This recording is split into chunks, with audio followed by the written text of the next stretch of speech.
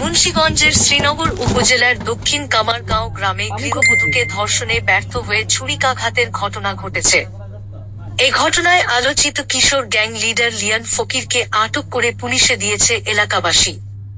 তাকে শনিবার 15 মার্চ দুপুরে আদালতে প্রেরণ করা হয়েছে। জানা গেছে, শুক্রবার রাত 8টার দিকে ওই গ্রামের 2 সন্তানের জননী বিধাব নারী 37কে ধর্ষণ চেষ্টা চালিয়ে লিয়ন ব্যর্থ হয়ে ছুরিকাঘাত করে পালিয়ে গিয়ে আবার ফিরে এসে ভুক্তভোগীকে মিথ্যা আব্বাত দেওয়ার চেষ্টা করলে এলাকাবাসী তাকে আটক করে। নির্যাতিতা ভুক্তভোগী বিধবা নারী বলেন, তার স্বামী 2 বছর আগে কিডনি রোগে মারা গেছে। তার 2 পুত্র সন্তান রয়েছে। 2 পুত্র সন্তানকে নিয়ে স্বামী গৃহে বসবাস করেন তিনি। শুক্রবার তার 2 ছেলে তারাবি নামাজ পড়তে গেলে রাত 8টার দিকে নীরব ফকিরের পুত্র লিয়ন ফকির 22 তার দরজায় নক করে। এ সময় কে জানতে চাইলে লিয়ন নিজের পরিচয় দিয়ে জরুরি কথা আছে বলে দরজা খুলতে বলে। এ সময় ভুক্তভোগী নারী বাইরে থেকে কথা বলতে বললে সে পুনরায় জরুরি কথা আছে দরজা না খুললে বলা যাবে না জানালে ওই নারী দরজা খুললেই জোর করে ঘরে ঢুকে তাকে কুপ্রস্তাব দেয়। এ সময় ভুক্তভোগী নারী নিজেকে তার চাচির বয়সী জানালে তাকে জোর করে ধর্ষণ করার চেষ্টা করে। মেঝেতে ফেলে চেপে ধরলে সে আত্মরক্ষার চেষ্টা করেন। এ সময় লিয়ন মহিলার বুকের ওপর সে এক হাত দিয়ে গলা চেপে ধরে আরেক হাত দিয়ে মুখ চেপে ধরে মুখের মধ্যে আঙুল ঢুকিয়ে দেয়। এ সময় ওই নারী তার মুখের ভিতর ঢুকিয়ে দেওয়া আঙুলে কামড় দিলে সে তাকে ছেড়ে দিয়ে একটি ছুরি দিয়ে মহিলার মাথায় আঘাত করে হত্যা চেষ্টা চালায়।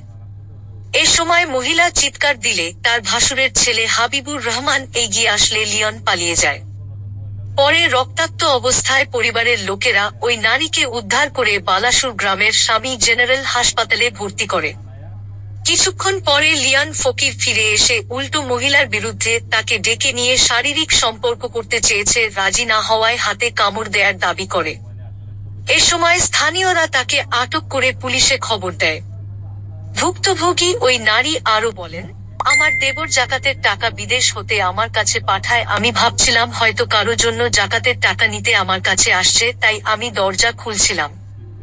ও আমার মাথায় ছুরি দিয়ে আঘাত করে আমার মাথা কেটে ফেলেছে। ডাক্তার ওই কাটা স্থানে 5টি সেলাই দিয়েছে।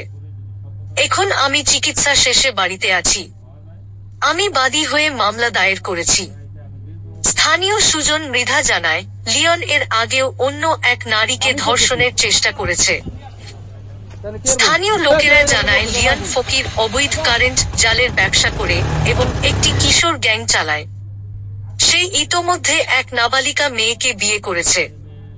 এলাকাবাসী জানায় সে মাদকাসক্ত এবং এলাকার কিশোরদের মাদকাসক্ত করে দলে ভিড়িয়েছে।